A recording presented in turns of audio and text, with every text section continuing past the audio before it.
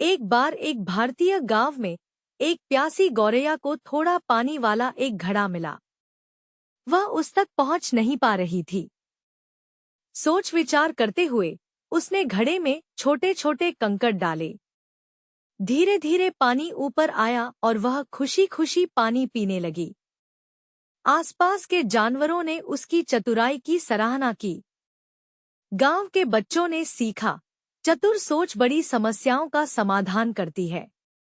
उस दिन से सभी उसे चतुर चिड़िया कहने लगे, चतुर गौरैया। शिक्षा, चतुराई से सोचो, बुद्धिमानी से काम करो।